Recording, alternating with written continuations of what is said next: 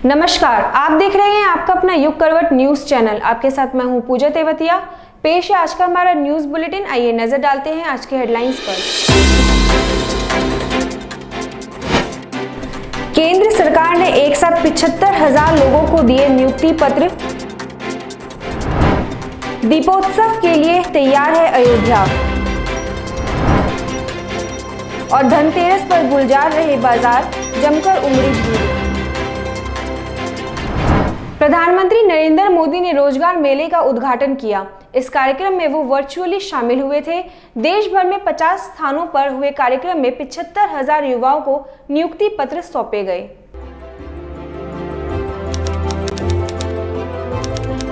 प्रधानमंत्री नरेंद्र मोदी ने video conferencing के माध्यम से रोजगार मेले का शुभारंभ किया।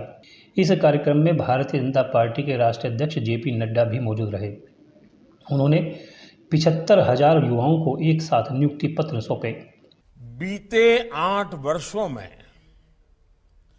देश में रोजगार और स्वरोजगार का जो अभियान चल रहा है, आज उसमें एक और कड़ी जुड़ रही है। ये कड़ी है रोजगार मेले की।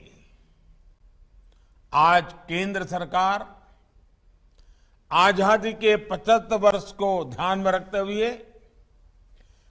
75,000 युवाओं को एक कार्यक्रम के अंतर्गत नियुक्ति पत्र दे रही है। बीते 8 वर्षों में दरअसल पीएम मोदी ने कुछ महीने पहले 10 लाख नौकरियां देने का वादा किया था। विभिन्न मंत्रालयों से करीब 1.5 साल में भर्ती प्रक्रिया पूरी करने के लिए भी कहा गया था। प्रधानमंत्री नरेंद्र मोदी ने देश भर में 50 स्थानों पर युवाओं को एक साथ 75,000 से अधिक नियुक्ति पत्र सौंपे। आने वाले समय में यह संख्या 10 लाख हो जाएगी।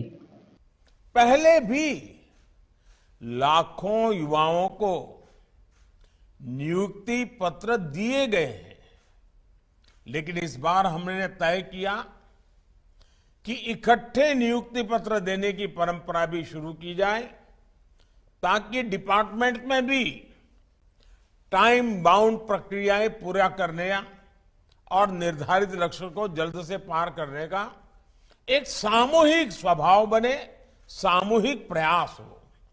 इसलिए भारत सरकार में इस तरह का रोजगार मेला शुरू किया गया है। इन सभी युवाओं को केंद्र सरकार के विभिन्न विभागों में नौकरी मिलेगी। रोजगार मेले के शुभारंभ पर पीएम मोदी ने कहा कि केंद्र सरकार 75,000 युवाओं को नियुक्ति पत्र दे चुकी है। बीते 8 वर्षों में पहले भी कई लाख नियुक्ति पत्र बांटे जा चुके हैं। आने वाले समय में युवाओं को भारत सरकार समय समय पर नियुक्ति पत्र देती रहेगी। पीएम मोदी ने कहा कि आज भारत दुनिया की 5वीं सबसे बड़ी अर्थव्यवस्था है। ब्यूरो रिपोर्ट, युग करवट। कल 23 अक्टूबर को अयोध्या में दीपोत्सव मनाया जाएगा। इसमें प्रधानमंत्री नरेंद्र मोदी भी शामिल होंगे। मुख्यमंत्री योगी आदित्यनाथ सारी तैयारी की देखरेख खुद कर रही हैं। अयोध्या भी आयोजन के लिए तैयार है। रामनगरी अयोध्या दीपोत्सव पर कल 23 अक्टूबर को प्रधानमंत्री नरेंद्र मोदी की अगुवाई करने के लिए पूरी तरह से तैयार है। एसपीजी ने सुरक्षा को लेकर प्लान फाइनल कर लिया है। इसके साथ ही मुख्यमंत्री योगी आदित्यनाथ ने भी माहौल तैयार कर दिया है। योगी आदित्यनाथ ने ट्विटर पर रामनगरी अयोध्या के भव्य दीपोत्सव के आमंत्रण का संदेश दिया। योगी आदित्यनाथ ने ट्विटर की डीपी में दीपोत्सव 2022 का लोगो जैसे ही लगाया, उनके प्रशंसक उनका अनुसरण करने लगे। रामनगरी में दीपोत्सव को अत्यंत भव्यता के साथ मनाए जाने की तैयारियों के बीच मुख्यमंत्री योगी आदित्यनाथ ने डीपी में अयोध्या में आयोजित होने वाले दीपोत्सव का लोगो लगा दिया है।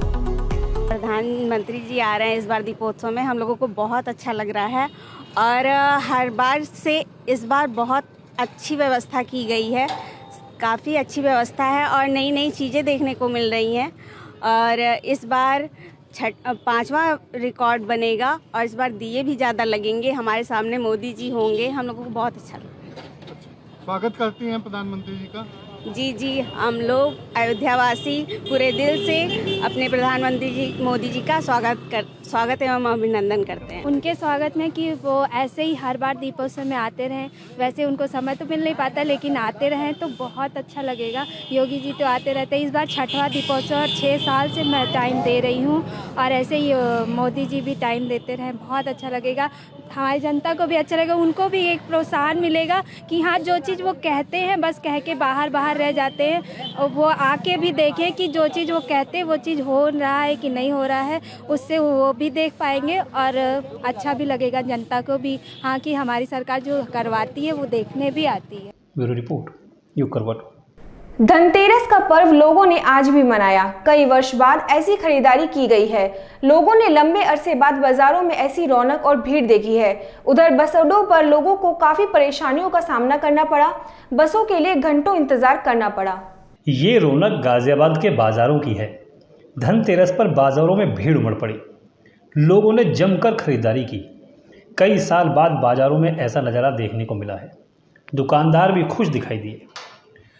उधर दीपावली पर अपने घर जाने वाले लोगों को परेशानी का सामना भी करना पड़ा। बस अड्डों पर लोगों की भारी भीड़ रही।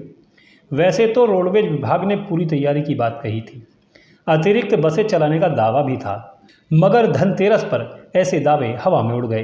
परेशान लोगों को बस लेने के लिए घंटों तक इंतजार करना पड़ा। ब्यूरो रिपोर्ट, यूं करवट। नोएडा ओमेक्स सोसाइटी केस में श्रीकांत त्यागी को जमानत मिल चुकी है। वो जेल से बाहर आ चुका है। श्रीकांत त्यागी अब बड़ी राजनीति खेलने की तैयारी में है। उसने उम्मीद जताई कि सीएम योगी उनके साथ न्याय करेंगे। नोएडा का ओमेक्स सोसाइटी केस तो आपको याद ही होगा।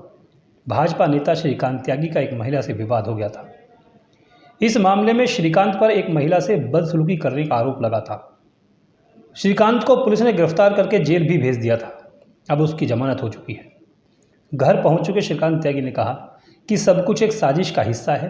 उसने कहा कि मुख्यमंत्री योगी आदित्यनाथ पर उन्हें पूरा भरोसा है। का आकलन यही है कि एक तरफा कार्रवाई करने का जो प्रयास पुलिस प्रशासन और उस पर दबाव डालने वाले डॉक्टर महेश शर्मा की जो कूटरचित प्रायोजित प्लानिंग थी और जिसको उन्होंने हमारी राजनीतिक छवि को धूमिल और राजनीतिक हत्या करने के उद्देश्य से, साथ ही साथ अपनी बेटी पल्लवी शर्मा जो मोदी नगर से विधानसभा चुनाव की महत्वाकांक्षी है, उसको महिला सीट के बदले उसको वहां से टिकट दिलाने का उन्होंने प्रयास किया और उस प्रयास के आड़े कहीं ना कहीं श्रीकांत त्यागी का नाम बड़े स्तर पर देखने को मिला। परम आदरणीय योगी जी महाराज से मुलाकात करेंगे, इस षड्यंत्र की विस्तृत जानकारी उनको देंगे और उनसे जो भी चर्चा होगी निश्चित रूप से हमें न्याय की उम्मीद है। श्रीकांत अब राजनीति की अगली पारी बहुत मजबूती से खेलने को तैयार है।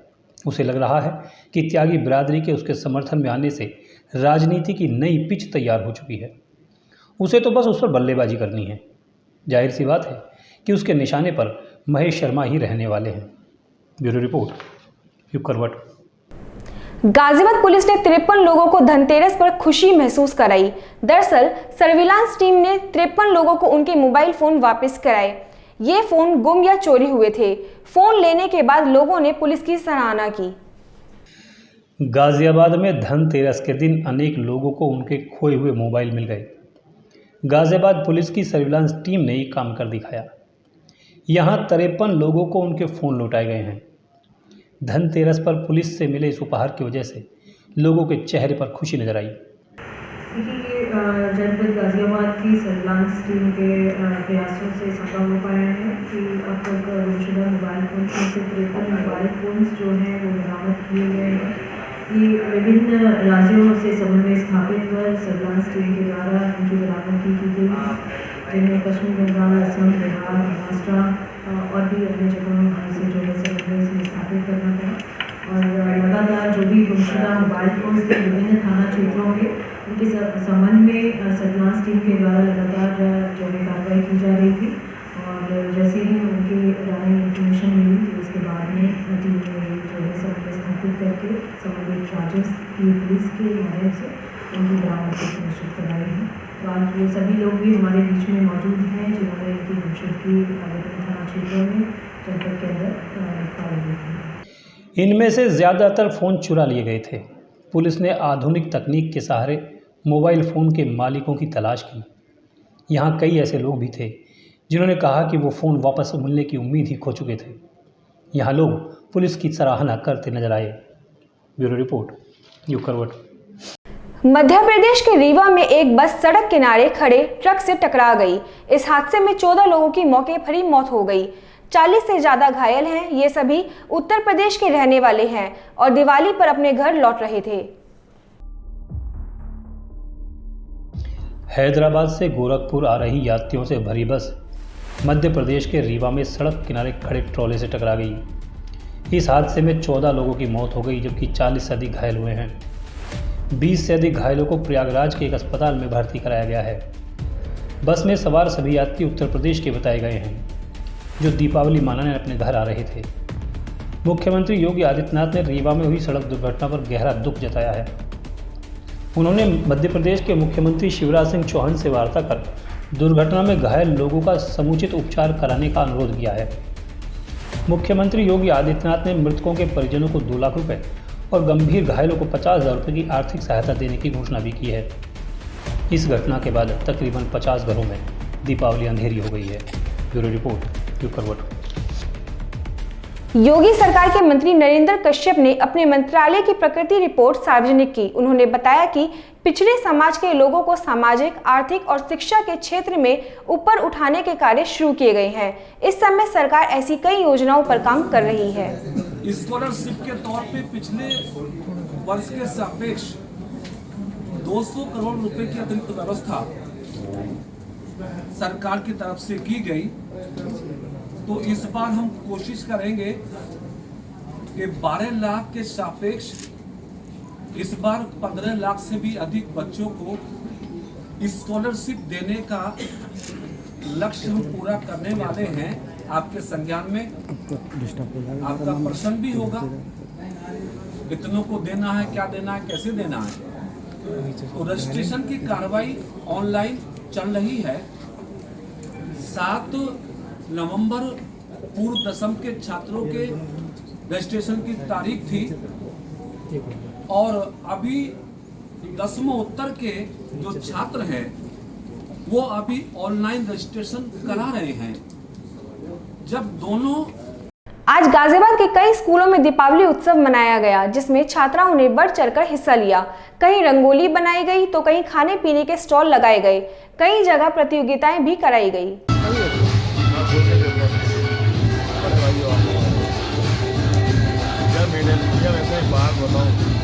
श्री ठाकुर द्वारा बालिका विद्यालय में दीपावली पर्व हर्षोल्लास से मनाया गया। कार्यक्रम का शुभारंभ एडीएम प्रशासन ऋतु सुहास और विधायक दिनेश गोयल ने किया। छात्राओं ने रंगारंग कार्यक्रम की प्रस्तुति दी।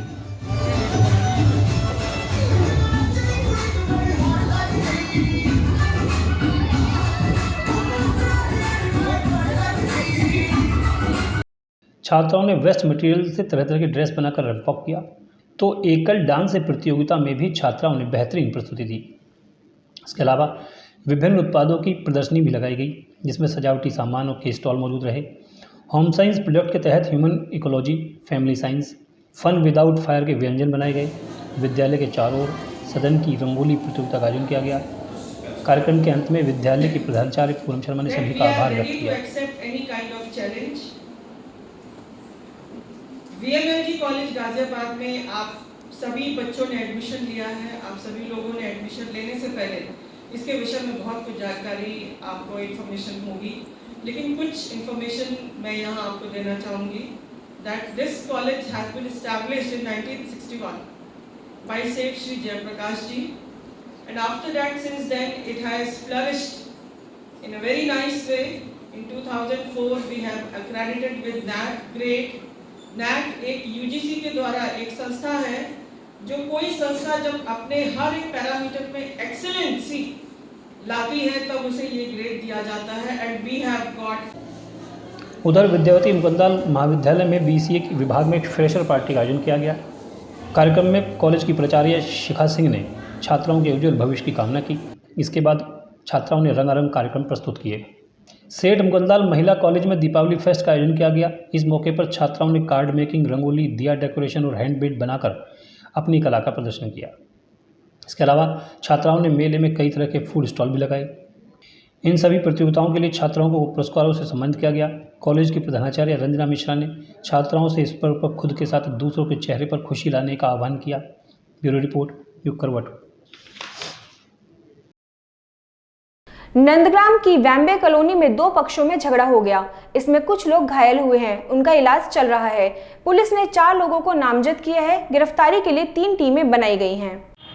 कल रात्रि थाना नंदग्राम पुलिस को सूचना मिली कि बॉम्बे कॉलोनी में 2 पक्षों में आपस में झगड़ा हो गया है। इसमें तुरंत ही घायल को उपचार हेतु एमएमजी लेकर गए, जिसके बाद उनको सफदरजंग अस्पताल रेफर कर दिया गया है। जो घायल व्यक्ति हैं वो खतरे से बाहर हैं, एकदम ठीक है।